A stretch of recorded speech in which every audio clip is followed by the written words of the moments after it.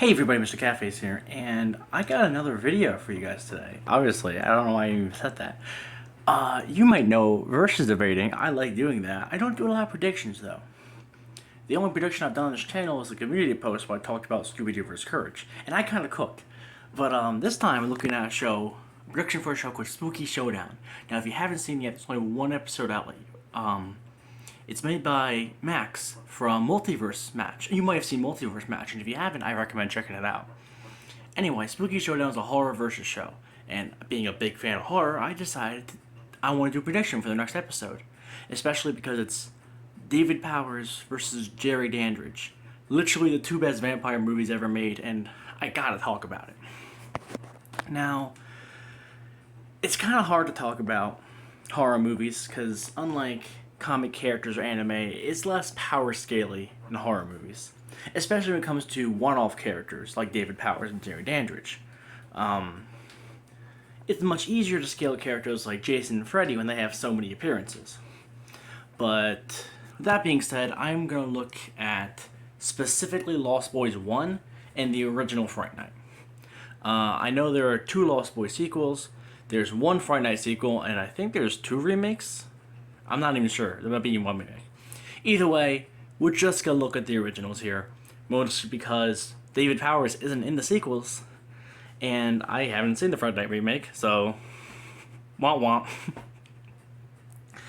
womp. However, I don't think they're going to change much, because the Lost Boys sequels have stronger vampires, and we really can't scale David Powers to them.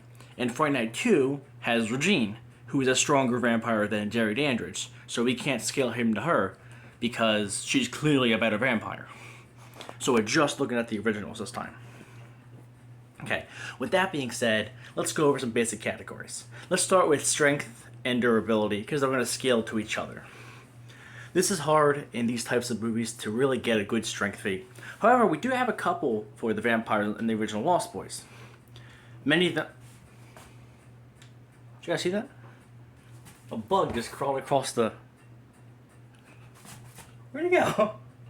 Who cares? I'm seeing things, guys. I'm seeing things.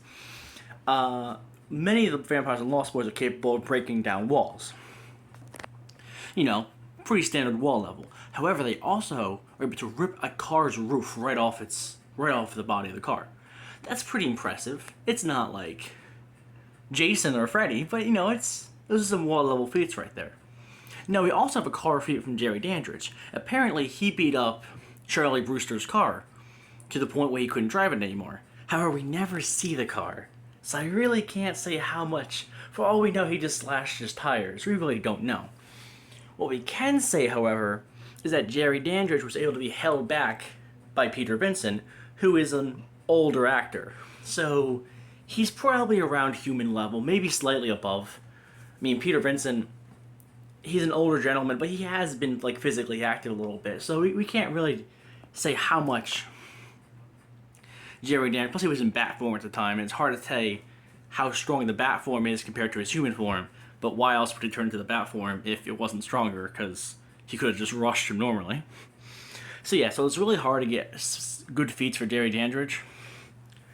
So he's probably at the lowest, you know, like small wall level. He can beat up a car. While the Lost Boys vampires seem to be high wall level, maybe, you know, a little bit higher than that. So it seems like David Powers has a slight edge in strength and durability. How high? Maybe like 2 to 3 times higher. Not like pretty small. However, a category that Jerry Dandrige is much higher in is intelligence. Jerry Dandrige is very cunning. He's very intelligent. He comes up with all these plans and then puts them in motion.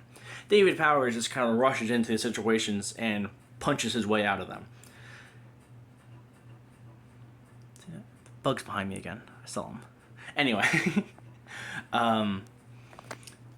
So that's not saying David Powers is dumb. David Powers manipulates some people throughout the movie. But he's not even the head honcho of his group. You know, that's... Max is the head vampire of Lost Boys. Where Jerry Dandrige is the head vampire of his movie. So David Powers isn't dumb, but Jerry Dandrige is presented as much more intelligent. So I'd say he's got a decent lead on David Powers when it comes to intelligence. Those are two pretty obvious categories to me. Now, two harder categories are speed, and the next one I'll cover after that. So we don't really have any great speed feats for like either character, because some of the fastest travel feats or teleport. You know, so they can kind of teleport, kind of not. You know how it is with movies. You can never quite tell if they're teleporting or not sometimes. But David Powers is seen driving fast motorcycles and flying really fast over Santa Carla. Well, we don't really see that much from Jerry Dandrige. And when we do see it, it's probably teleportation and not his travel speed. So I'm going to say David Powers is a little bit faster. Not to mention David Powers is punching and dodging punches, while Jerry Dandrige never really shows that kind of athleticism. Like Charlie Bruce is able to attack him out of nowhere and surprise him, so I don't think Jerry Dandrige is particularly fast. So that's going to give all the physical stats, strength, speed, durability, all of David Powers. Now the last category is their abilities. And this is another category where Jerry Dandrige shines. Lost Boys vampires can fly, they have super strength, you know, they have hypnotism powers, they can kind of hypnotize people, and David kind of like tricks Michael by making him think he's eating maggots. I think they have some kind of illusion powers too. But pretty small stuff all around. While Jerry Dandrige has the same kind of powers, flight. He has hypnotism, but it's much stronger than David's. His hypnotism seems to be stronger. He has some kind of like messing with your mind powers. And most importantly, shapeshifting. They can shapeshift into bats, dogs, mist. That gives him a ton of versatility when it comes to a fight. He can turn into mist and dodge a punch, or turn into a wolf and tackle you. So Jerry Dandrige definitely has a huge advantage when it comes to their powers. So David has strength, speed, and durability. Jerry has intelligence and powers. So, who wins? Well, given just this, I'm tempted to give it to Jerry Dandrige, because I think having a small strength, speed, and durability advantage is not as good as having a big intelligence and powers advantage. However, that's not the end-all be-all.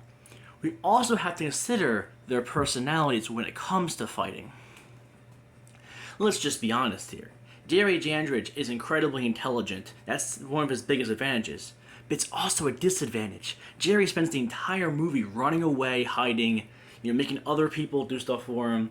He picks on people way weaker than he is. And when he's finally face to face with someone his size, he runs away. He's not built for a fight. David Powers, on the other hand, he always goes straight into a fight with fists swinging. He didn't walk up to Michael and be like, "Oh, please don't hurt me." No, he punched him in the face and they had an epic brawl. He lost that brawl, but he was fighting someone his equal and wasn't afraid. Jerry Dandrige, if they started a fight, he might start to realize he's losing, try to back away and try to figure out a plan. But David's most likely not going to fall for that stuff. Jerry's hypnotism is stronger, but David also has hypnotism and would likely know how to avoid it. And Jerry's plans all involve other people helping him, or him running away and having a hostage. David isn't going to fall for that kind of stuff. He's just going to go straight in and use his superior strength, speed, and durability to rip Jerry Dandrige apart. I think David Powers is going to win this, all down to his personality and how he fights. Because Jerry Dandrige, he's a coward. He's an awesome villain, Chris Sarandon, my boy, but Jerry Dandrige isn't built for this kind of 1v1 fight. He's more of a mastermind than a brawler. So, my prediction is that David Powers should win. If not, if Jerry Dandrige wins, I understand why. It's a really close battle. They're pretty even in a lot of categories. But Jerry Dandrige will die again, and Regina will cry because she's his little sister. Cry, little sister. It's a joke.